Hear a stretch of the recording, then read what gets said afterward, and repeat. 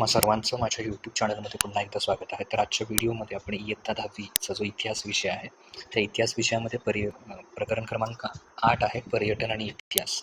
तर पर्यटन आणि इतिहासाचा जो स्वाध्याय आहे, जी सगळी प्रश्नोत्तर आहेत, ती आपण आजच्या व्हिडिओमध्ये बघणार आहोत. त्याचा पहिला प्रश्न आहे प्रश्न 1 दिलेल्या पर्यायापैकी योग्य पर्याय निवडून विधाने पूर्ण करा. कुकने विकण्याचा एजन्सी व्यवसाय सुरू केला. तर कुकने काय केलं? कुकने पर्यटन तिकिटे विकण्याचा जो व्यवसाय आहे तो सुरू केला. पर्यटन तिकिटे हे त्याचं अचूक उत्तर आहे. वाक्य लिहा आणि पर्यटन तिकिटे याला अंडरलाईन करा. महाबळेश्वर जवळील भिलार हे गाव कशासाठी प्रसिद्ध आहे? तर महाबळेश्वर जवळील भिलार हे पुस्तकांचं गाव म्हणून प्रसिद्ध आहे. हे 4 दिलेले आहेत, यातली चुकीची जोडी जी आहे ती ओळखायची. तर ताडोबा लेणी ही चुकीची जोडी आहे. तर ताडोबा ही लेणी नसून राष्ट्रीय उद्यान किंवा व्याघ्र प्रकल्प आहे. तर हे तुमच्या लक्षात असू द्या. त्याच्यानंतर पुढे आहे पुढील विधाने कारण स्पष्ट करा. आजच्या काळात परदेशात जाण्याचं प्रमाण वाढलेलं आहे. तर परदेशात वाढण्याची प्रमुख कारणं खालीलप्रमाणे: वाहतुकीच्या सुटसुटीत व्यवस्था, जहाज आणि प्रामुख्याने विमान वाहतुकीमुळे आंतरराष्ट्रीय प्रवास करणं अत्यंत वेगाने आणि सोपं झालं. आर्थिक उदारीकरण, जागतिकीकरण आणि आर्थिक उदारीकरणामुळे देशाच्या सीमा खुल्या झाल्या आहेत, ज्यामुळे व्यापार आणि व्यवसायाच्या निमित्ताने परदेशी दौरे जे आहेत ते वाढलेले आहेत. शिक्षण आणि रोजगाराच्या संधी, उच्च शिक्षण असू दे, संशोधनासाठी बहुराष्ट्रीय कंपन्यांमध्ये नोकऱ्याची उत्तम संधी मिळवण्यासाठी तरुण मोठ्या संख्येने परदेशात जात आहेत. पर्यटन आणि करमणूक हे पुढचं कारण आहे. जगभरातील विविध संस्कृती पाहणे, ऐतिहासिक स्थळांना भेट देणे, तसेच क्रीडा स्पर्धा, चित्रपट महोत्सव, आंतरराष्ट्रीय परिषदांमध्ये सहभागी होण्यासाठी लोकांचे परदेशी जाण्याचं जे प्रमाण आहे ते वाढलेलं आहे. दुसरा आहे वैद्यकीय उपचार, प्रगत वैद्यकीय सुविधा आणि आरोग्याच्या कारणास्तव मेडिकल टुरिझम, अनेक लोक हे परदेशी प्रवास करत असतात. तर या सगळ्या कारणामुळे जो परदेशी जाण्याचं प्रमाण आहे परदेशात ते वाढलेलं आहे. आपण आपला नैसर्गिक आणि सांस्कृतिक वारसा जपला पाहिजे. तर आपला नैसर्गिक आणि सांस्कृतिक वारसा जपला पाहिजे, त्याची आवश्यकता खालीलप्रमाणे आहे. मानवी अस्तित्वाचा आधार, नैसर्गिक वारशामध्ये जैवविविधता, जंगले, नद्या, प्राणी यांचा समावेश होतो, जे पृथ्वीवरील पर्यावरण संतुलनासाठी व मानवाच्या अस्तित्वासाठी आवश्यक आहे. ओळख आणि अभिमान, सांस्कृतिक वारसा, उदाहरणार्थ किल्ले, लेणी, वास्तू, परंपरा, कला, हा आपल्या पूर्वजांच्या कर्तृत्वाची आणि इतिहासाची साक्ष देतो. ती आपली सामाजिक व राष्ट्रीय ओळख असते. भावी पिढ्यांना मार्गदर्शक, हा समृद्ध वारसा नष्ट झाला तर येणाऱ्या पिढ्या त्यांच्या गौरवशाली इतिहासाला आणि निसर्गाला मुक्ती त्यांचे मार्गदर्शन करण्यासाठी हा वारसा टिकवणं आवश्यक आहे. पर्यटन आणि आर्थिक विकास, ऐतिहासिक आणि नैसर्गिक स्थळांच्या भेटीमुळे पर्यटनाला चालना मिळते. यातून मोठ्या प्रमाणात रोजगार निर्माण होऊन देशाच्या अर्थव्यवस्थेला हातभार मिळतो. नाशवंत स्वरूप, हा वारसा एकदा नष्ट झाला की तो पुन्हा मूळ स्वरूपात निर्माण करता येत नाही, म्हणून त्याचं संवर्धन करणं हे आपल्या सगळ्यांचं काय आहे, नैसर्गिक आणि सांस्कृतिक वारसा म्हणून आपण जपला पाहिजे. त्याच्यानंतर टिपा लिहायच्या आहेत. पर्यटनाची परंपरा, तर प्राचीन काळातील स्वरूप, भारताच्या पर्यटनाची परंपरा खूप प्राचीन काळापासून चालत आलेली आहे. पूर्वीच्या काळी लोक तीर्थयात्रा करणे, विविध भागात जत्रा उत्सवांना भेटी देणे यासाठी प्रवास करत होते. शिक्षणासाठी प्रवास, प्राचीन काळात विद्यार्थी उच्च शिक्षणासाठी नालंदा, तक्षशिला यांसारख्या प्रसिद्ध विद्यापीठांमध्ये दूरवर प्रवास करून येत असत. तर बौद्ध भिक्खू आणि जैन साधू धर्मप्रसारासाठी सतत फिरत राहिले. त्यानंतर महान प्रवासी, महानुभव पंथाचे मुनी व्यास यांनी लीळा चरित्र ग्रंथात चक्रधर स्वामींच्या भ्रमणाची नोंद केली आहे. तसेच ऐतिहासिक काळात अनेक मराठी संतांनी सुद्धा भारत भ्रमण जे आहे ते केलेलं होतं. बदलते स्वरूप, आधुनिक काळात पर्यटनाचे स्वरूप बदलले असून आता केवळ धार्मिकच नव्हे तर विरंगुळा, व्यवसाय, आरोग्य, क्रीडा, अभ्यास यांच्यासाठी सुद्धा पर्यटन आहे ते केलं जातं. तर ही पर्यटनाची परंपरा आहे. मार्को पोलो याच्यावर टिपा लिहायच्या. तर परिचय त्याचा, मार्को पोलो हा 13व्या शतकातील इटली व्हेनिस मधील एक प्रसिद्ध प्रवासी आणि संशोधक होता. अशी ओळख, मार्को पोलोने युरोपीय लोकांना आशिया खंडाची, विशेषतः चीन आणि भारताची ओळख करून दिली. तो अनेक वर्ष चीनमध्ये राहिला. प्रवास वर्णन, त्याने आपल्या प्रवास वर्णनात आशियातील निसर्ग, समाज जीवन, तेथील समृद्ध व्यापार आणि सांस्कृतिक वैभव याचं सविस्तर वर्णन केलेलं आढळतं. इतिहासातील महत्त्व, मार्को पोलोच्या लेखनामुळे युरोप आणि आशिया यांच्यात व्यापार आणि संवाद वाढला.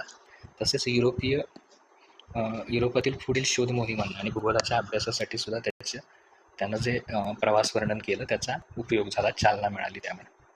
त्याच्यानंतर पुढचं आहे ज्याच्यावर आपल्याला लिहायचं आहे कृषी पर्यटन. शहरी संस्कृतीत वाढलेल्या आणि शेतीची कोणतीही पार्श्वभूमी नसलेल्या लोकांना शेती व ग्रामीण जीवनाची माहिती करून देण्यासाठी सुरू झालेल्या पर्यटनाला काय म्हणतात? कृषी पर्यटन. वाढती लोकप्रियता. सध्याच्या काळात प्रदूषणमुक्त शांत वातावरण आणि निसर्गाच्या सानिध्यात वेळ घालवण्यासाठी शहरी लोक मोठ्या संख्येनं कृषी पर्यटनाकडे आकर्षित होत आहेत. मुख्य आकर्षण आहे शेतातील पिके, फळबागा, बैलगाडीची सफर, ग्रामीण खाद्यपदार्थ, पाळीव प्राणी, शेतीची कामे जवळून अनुभवणे ही या पर्यटनाची वैशिष्ट्य आहेत, कृषी पर्यटनाची. आर्थिक फायदा. कृषी पर्यटनामुळे शेतकऱ्याला आणि ग्रामीण भागातील तरुणांना रोजगाराचं साधन मिळते. हा शेतीला पूरक असणारा अत्यंत फायदेशीर व्यवसाय ठरत आहे. आता पुढचा जो चौथा प्रश्न आहे तो आहे सविस्तर उत्तर द्या. पर्यटनाच्या विकासासाठी कोणती काळजी घेणं आवश्यक आहे? तर त्याचं उत्तर आहे पर्यटनाच्या शाश्वत आणि सुव्यवस्थित विकासासाठी खालील बाबींची काळजी घेणं अत्यंत आवश्यक आहे. पहिला आहे पर्यटकांची सुरक्षितता.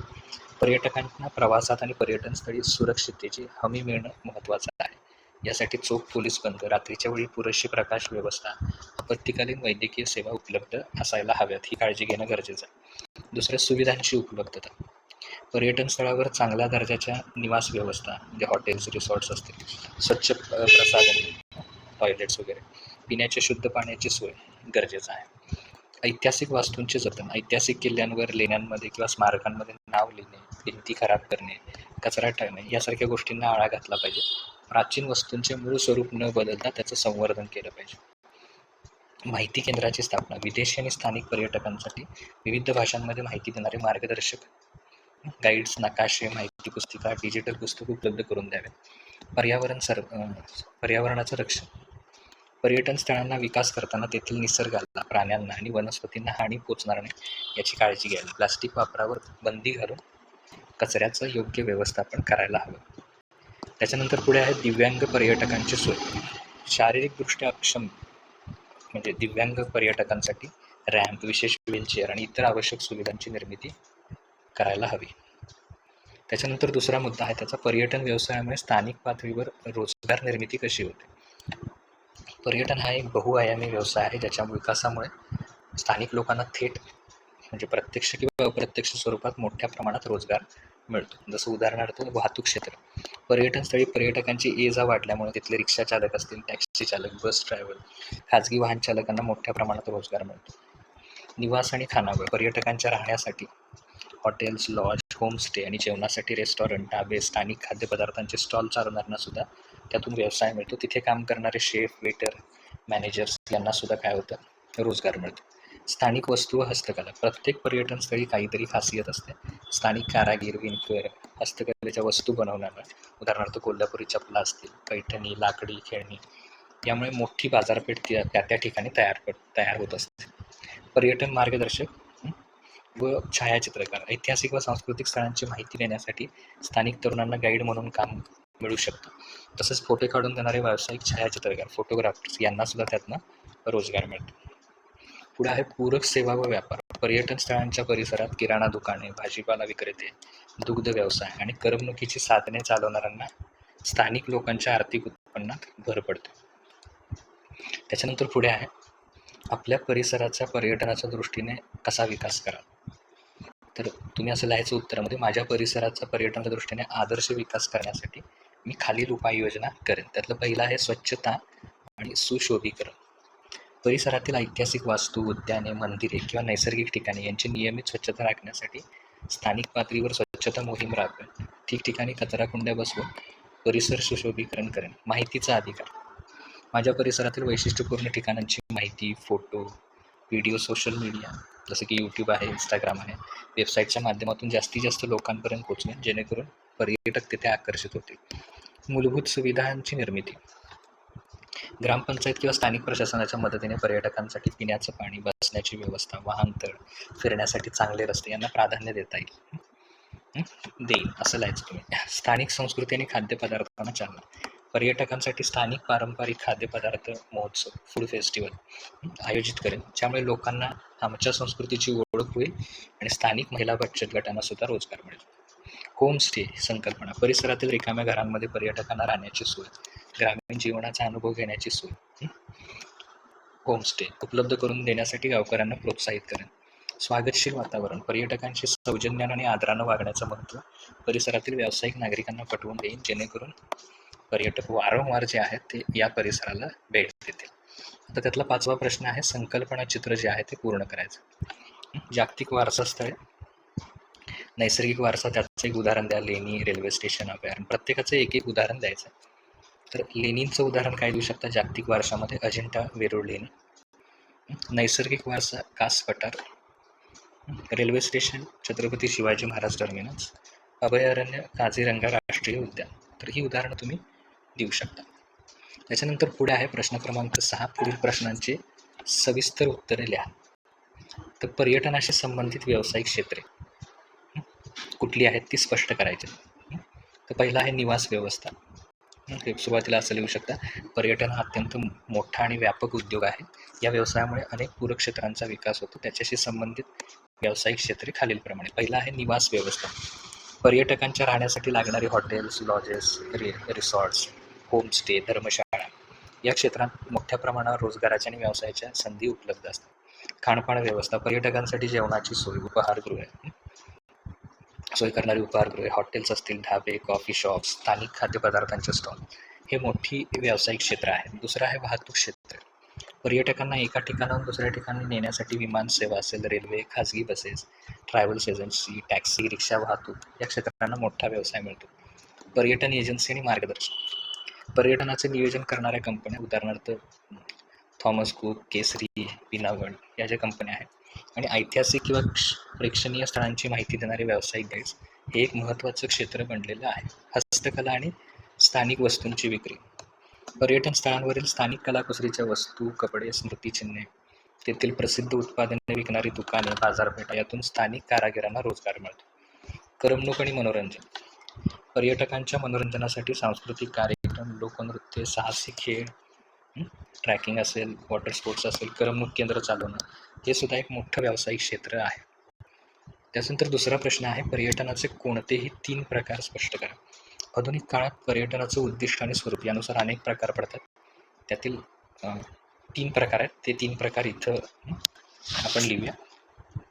ऐतिहासिक पर्यटन, स्पष्टीकरण, मानवाच्या इतिहासातील महत्त्वाच्या घटनांशी संबंधित ठिकाणांना, जुन्या वास्तूंना आणि वास्तुशिल्पांना भेट देणं म्हणजे ऐतिहासिक पर्यटन. या अंतर्गत लोक किल्ले, राजवाडे, प्राचीन लेणी, स्मारके, संग्रहालये यांना भेटी देतात. उदाहरणार्थ द्यायचं झालं तर महाराष्ट्रातील छत्रपती शिवाजी महाराजांचे किल्ले, रायगड असेल, सिंधुदुर्ग असेल, किंवा दिल्लीचा लाल किल्ला, आग्र्याचा ताजमहल पाहण्यासाठी जाणारे पर्यटक, हे सगळं कशामध्ये येते? ऐतिहासिक पर्यटन. त्यानंतर कृषी पर्यटन. कृषी पर्यटन म्हणजे शहरी भागात राहणाऱ्या आणि शेतीची पार्श्वभूमी नसलेल्या लोकांना ग्रामीण जीवन आणि शेतीची कामे जवळून अनुभवता यावीत यासाठी विकसित झालेले क्षेत्र म्हणजे कृषी पर्यटन. पर्यटक निसर्गरम्य आणि प्रदूषणमुक्त वातावरणात राहून पिके, फळबागा, बैलगाडीची सफर, पारंपरिक ग्रामीण खाद्यपदार्थ यांचा आनंद घेतात. उदाहरणार्थ सध्या महाराष्ट्रात पुणे, सातारा, नाशिक जिल्ह्यात मोठ्या प्रमाणात विकसित झालेले कृषी पर्यटन केंद्र. तिसरा आहे आणखीन एक तुम्ही देऊ शकता त्याचं प्रकार, वैद्यकीय पर्यटन. पर्यटनाच्या प्रकारामध्ये आरोग्याची काळजी घेण्यासाठी, विविध आजारांवर उपचार, शस्त्रक्रिया करून घेण्यासाठी दुसऱ्या देशात किंवा शहरात प्रवास करणे म्हणजे वैद्यकीय पर्यटन. भारतातील प्रगत वैद्यकीय सेवेत तज्ज्ञ डॉक्टर्स आणि आंतरराष्ट्रीय दर्जाचे हॉटेल्स कमी खर्चात उपलब्ध असल्यामुळे परदेशी नागरिक इथं उपचारासाठी येतात. तसेच योग साधना, आयुर्वेद, निसर्गोपचारासाठी लोक मोठ्या संख्येने इथं भाग घेतात. उदाहरणार्थ पाश्चात्य किंवा आफ्रिकन देशातून भारतातील मोठ्या हॉस्पिटलमध्ये उपचारासाठी येणारे रुग्ण असतात, तर ते वैद्यकीय पर्यटनमध्ये येतं. तर अशा प्रकारे आपण काय केलं इथे जो आहे तर इथे ते सगळे प्रश्न जे आहेत या प्रकरणातले ते आपण बघितले. पुढील व्हिडिओमध्ये आपण जे पुढचं प्रकरण आहे त्याचा स्वाध्याय बघूया. थँक्यू.